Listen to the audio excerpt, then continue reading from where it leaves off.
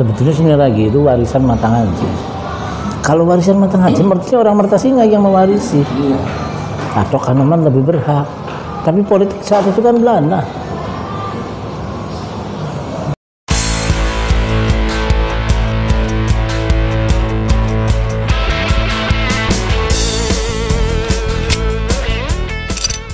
Nah, kalau Tan Samce ini siapa, Pak? Iya, Tan Samce yang kuburannya di situ ya. Iya. Ya kalau saya dapat info sih itu Menteri Keuangan. Menteri Keuangan. Apakah ada hubungannya dengan Gua Sunaragi enggak, Pak? Ya kalau Gua Sunaragi itu kan dibangun pada masa Pangeran Losari. Pangeran Losari itu cucu Sunan Gunung Jati. Jadi masa Panembahan Ratu I. Ya kalau pembangunan pada saat itu kan pasti melibatkan Menteri Keuangan dalam pembiayaan, dalam apa? Ya zaman setelah Sunan Gunung Jati wafat 1568 ya. Kemudian Fathahillah wafat 1570. Nah waktu itu kan rajanya Panembahan Ratu I. Nah itu para wargi keraton itu butuh tempat untuk berkholwat, nyepi. Nah maka dibangun Sunaragi oleh Panembahan Losari. Nah waktu itu kan di Cirebon arsitek Majapahit kan masih banyak. Nah, Pangeran Losari sendiri itu kan lulusan sana. Beliau murid Sunan Kalijaga. Yang Sunan Kalijaga sendiri itu kan jalurnya Majapahit dari Tuban. Kemudian keluarga Raden Sepat juga masih banyak. Nah, hingga tren pembangunan saat itu ya orientasinya Majapahit. Nah, tapi dalam perkembangan selanjutnya itu Pangeran Arya Carbon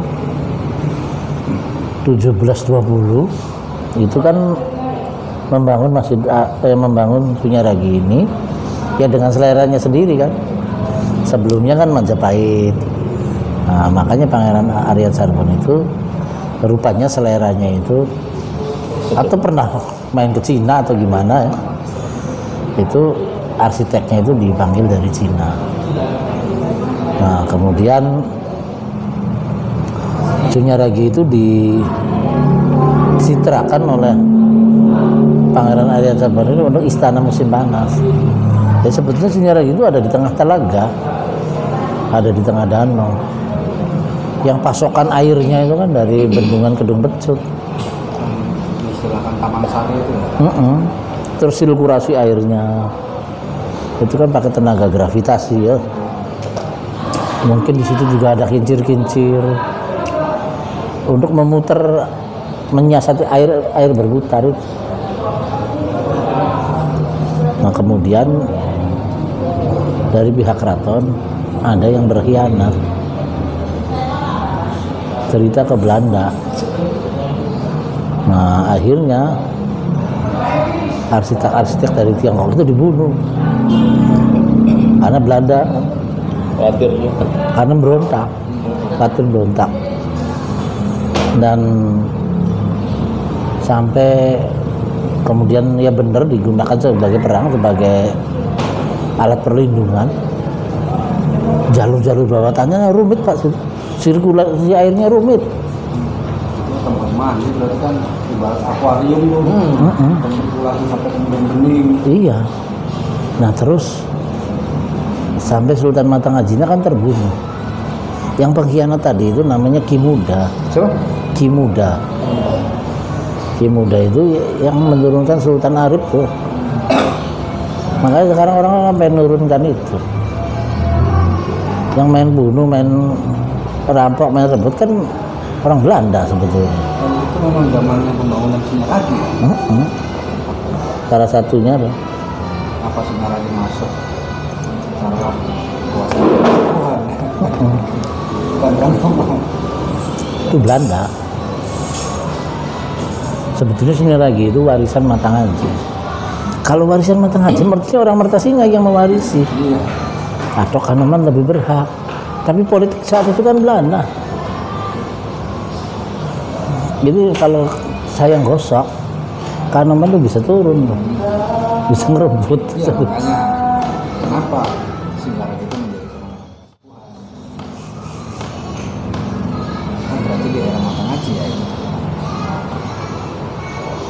Itu harus ditertibkan. Kalau makan ngaji ke sebuah. Jadi sebenarnya pemisahan kekuasaan geografis tanah itu memisahkan ini tanaman, ini kesatuan, kesatuan. Belanda, Sebenarnya apa? ya Belanda yang ngatur itu Belanda. Dan tidak otomatis ini Kanoman, ini Kesepun, enggak. Misalnya desa ini Kanoman, nah Kesepunnya nanti desanya jauh. Karena diatur supaya nanti tidak bisa berkoordinasi. Sengaja pecah.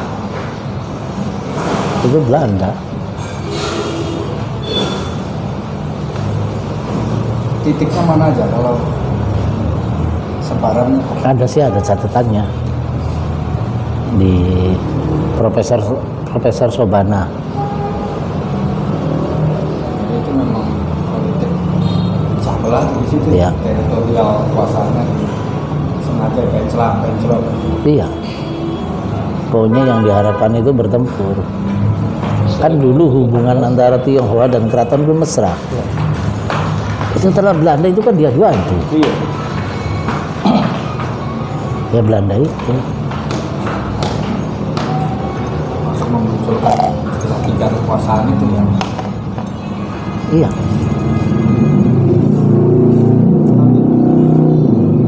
Puncak. Ada nggak puncak perpecahan yang dimaksud? Ya itu sampai terbunuhnya Mata Ngaji. Kalau nanti perang Kedondong. Perang Kedondong kan habis-habisan sampai berapa generasi, berapa nyawa. Akhirnya yang mengandalkan perlawanan kan lumpuh. Habis entong bebek entong ayam.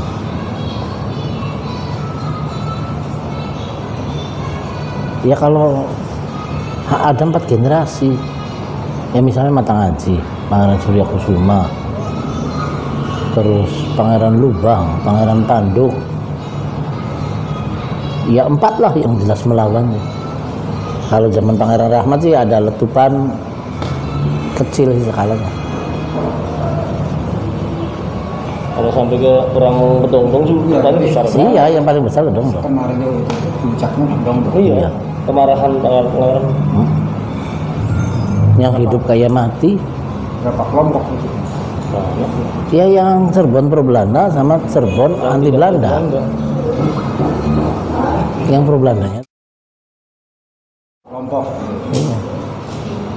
Disebut pemberontak karena Belanda yang ngomong. Iya. Kalau orang kita yang ngomong kita memberontak terhadap tidak kuasa, terhadap kekuasaan.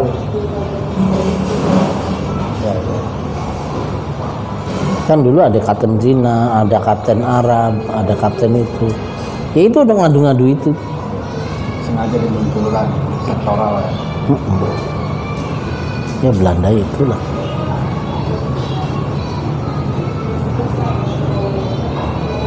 Tapi ada sudah diistilahkan belum pribumi non pribumi? Ya Belanda yang ngatur, warga kelas 1, kelas 2, kelas ini. Ada kalau orang Eropa kan kelas 1. Yang kelas 2-nya Cina dan Timur Jauh, Arab. Nah, orang Jawa Baru kelas terakhir. kelas terakhir. Kelas Sudra lah. Iya. Jadi memang kacau Belanda.